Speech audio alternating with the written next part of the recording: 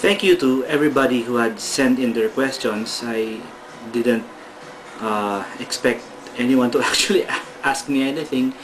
But since I'm seeing from my video views that some people actually do watch my videos, maybe people would actually ask me if I ask them to. Anyway, the first question comes from Mokong Extreme. I hope I'm saying that right. He asks me, why did I name my dog Eugene? See, I have a dog that's a Dalmatian who's named Eugene, and he was not actually given to us when he was a puppy. He was given to us when he was already, I think, 9 months old. He was actually given to my wife's brother June, and when I visited their place a few years ago, I saw Eugene, and I was so amused and taken, and I asked, you know, can I have him? I said it half jokingly. I didn't really think that they would give him to me, but much to my surprise, they gave him to me. What was the question again? Why did I name him Eugene? Actually, I did not name him Eugene. He was named by, I think, a cousin of my brother-in-law, and I think they got it from a Japanese anime. I don't remember what it was. I think maybe it was Dragon Ball Z, who had a character named Eugene. I have to ask around. Anyway, I didn't think of changing the name anymore. I like the name Eugene. The next question comes from The Alchemist 78, and actually he sent a lot of questions to me. What is my favorite book, my favorite movie, who is my hero and person I'd like to meet, living or dead. This is actually a favorite set of questions of mine because I love movies, I love books. Starting off with comic books, well, Watchmen by Alan Moore and Dave Gibbons, Miracle Man, also by Alan Moore, this volume drawn by John Totleben, and then there's V for Vendetta. I like the movie, but I still like the book better. There's Frank Miller's Batman Year One with a favorite artist of mine, David Mazzucchelli. Mouse by Art Spiegelman. My absolute favorite comic book, well, you've seen me talk about Watchmen and stuff, even though those are fantastic comic books. The one comic book that I truly like and love up to now would have to be X-Men Dark Phoenix Saga. This is the one comic book that really pushed me to want to become a comic book creator, comic book writer, and comic book artist. In terms of prose books, I would read anything by James Clavell. He wrote Shogun. And I would read anything by Larry McMurtry, who wrote another favorite book, another favorite TV series, which was Lonesome Dove. I would also read anything by James Michener, who wrote Chesapeake. But my absolute favorite book has to be Anne Frank, The Diary of a Young Girl. I read this back in college. I just read it. It wasn't a requirement. I just read it. I saw it on the shelves of a bookstore, and it intrigued me, and I bought it. And it's probably one of the most emotional moments of my life upon finishing the book. There's another book here I want to show you. Here, The Alchemist. Not a particular favorite of mine, but I just wanted to show it to you because the title is, well, The Alchemist, and you're Anyway. I was discouraged from collecting films before because the VHS tapes and Betamax tapes that I used to buy deteriorated over the years. So when the format of DVD came, it was like paradise in terms of film collecting. So I slowly started to buy all my favorite movies. I managed to get things like Moulin Rouge, Shakespeare in Love, Braveheart, Reanimator, old films like those Dracula movies by Bela Lugosi, Nosferatu, Frankenstein, The Wolfman, Citizen Kane, Godfather. I also like the movies of Akira Kurosawa. And my favorites of his movies include Ikiru, which stars Takashi Shimura, one of my favorite actors. My absolute favorite actor of all time has to be Toshiro Mifune, who starred in Throne of Blood, also by Akira Kurosawa. There he is, there. Awesome actor. Awesome. Another favorite movie of mine, of course, Titanic, being the sentimental, romantic, hopeless romantic person that I am. It has to be a favorite movie. There's Das Boot. Actually, this was a book. I read the book, I loved the book. I also love the TV series, versus Superman the movie. My absolute favorite movie so far, right now, has got to be The Fellowship of the Ring. Actually, all of the Lord of the Rings movies, Two Towers and Return of the King.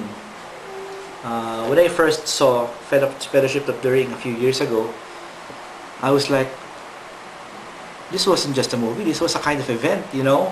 I was like, oh man, that has to be the greatest thing I've ever seen. And it still continues to be one of the greatest things I've seen. This is connected with your last question, who was my hero and who is the person I would love to meet, living or dead. Well, let's forget about the dead. I would really like to meet Peter Jackson, who directed Lord of the Rings. Upon seeing the documentaries contained in the DVDs, extended version DVDs, I was really amazed and stunned and very impressed by the kind of dedication, hard work, and talent that went into creating these movies. And on top of it all was Peter Jackson. And what he created with these movies is really incredible and deeply, deeply inspiring for me. The next question comes from, how do you pronounce this? Is this Gyloir or Gyloir? Gyloir. Anyway, your question has been answered in the previous part of this video. What's my favorite comic book, favorite storyline? And it's Dark Phoenix Saga by Chris Claremont, John Byrne, and Terry Austin. Glyn Swain. Your other question, would I make other out-of-town videos like the one I went to market? I really didn't go out of town when I did that going to market video. It's still within the city. If that's the kind of video you're looking for, I've made several. Like the one I made on November 1, I went to the cemetery with my wife to visit her father and my grandparents and brother. There's also, in my earlier videos, the Comicero Archives traveling, where we went all over the province, visited several lakes, and visited a falls somewhere in Laguna. And I actually made, I don't make Manila videos often, but I think the one that's closest to that would be the one where I did a signing at Druid's Keep in Magallanes. I think it's also somewhere in my earlier videos. But I will definitely make more videos in and around San Pablo City where I live. In fact, I have a second account here on YouTube. It's San Pablo City without spaces. If you go there, you will see several videos I've made. Well, that channel has a certain kind of philosophy to it.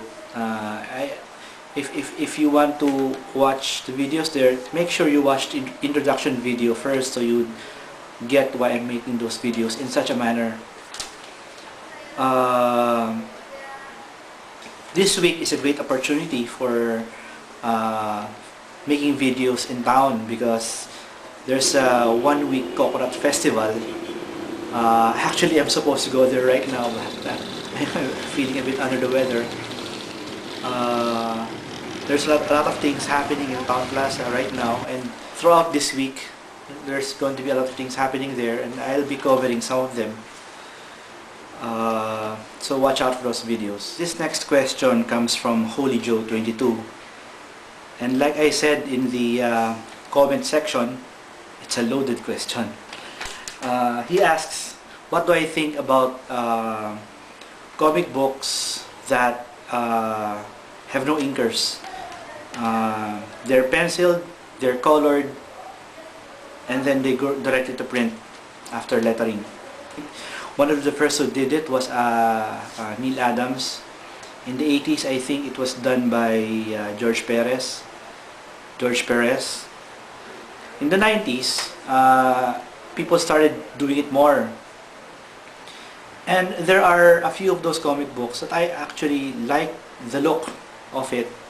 Because when done right, those kinds of comic books actually look very good. And one such example of that would be the Wake storyline from Sadman, which was penciled by Michael Zulli. And it's this one.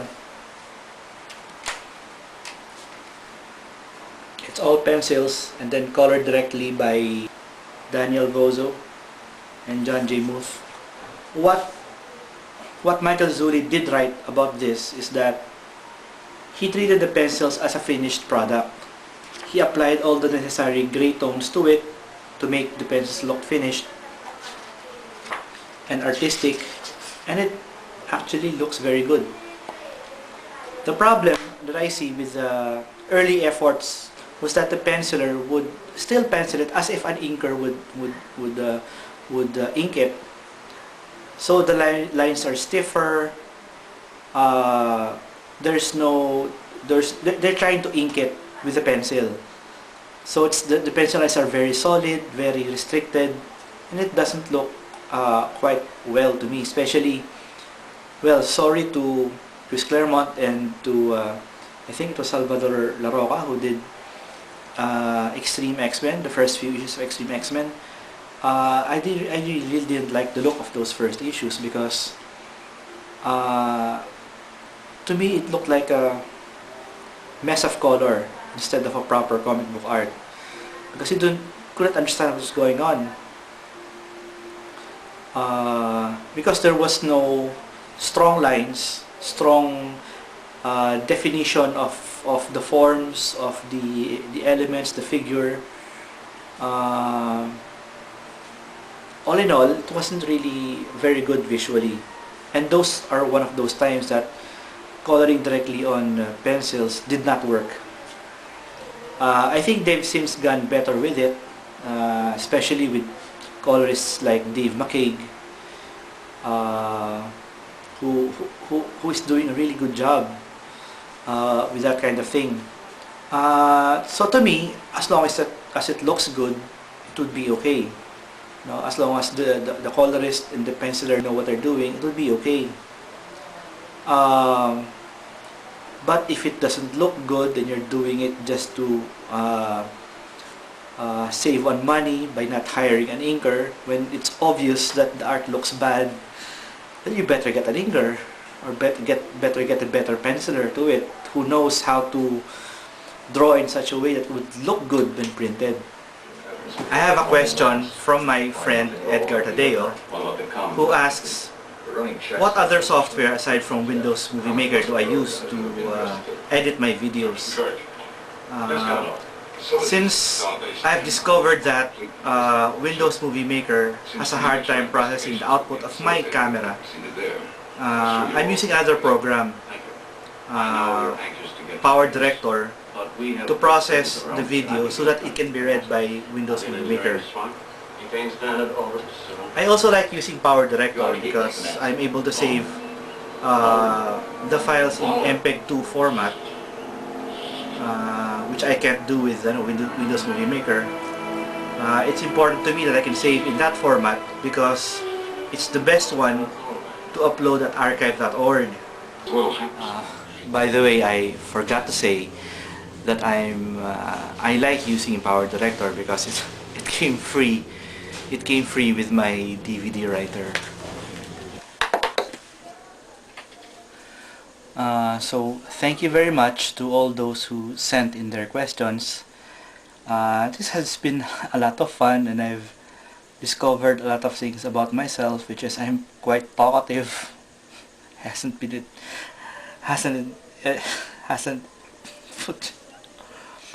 it been obvious from the start when I started making my video blogs? I never realized I'll be this talkative because I'm not this talkative in person. You just ask some of my friends. Anyway, it really has been fun, and I wouldn't mind doing this again.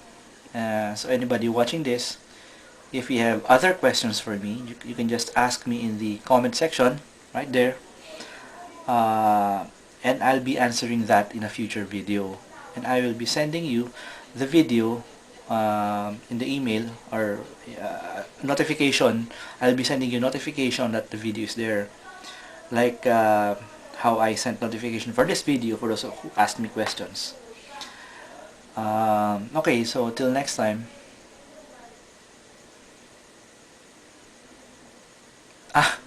Bye.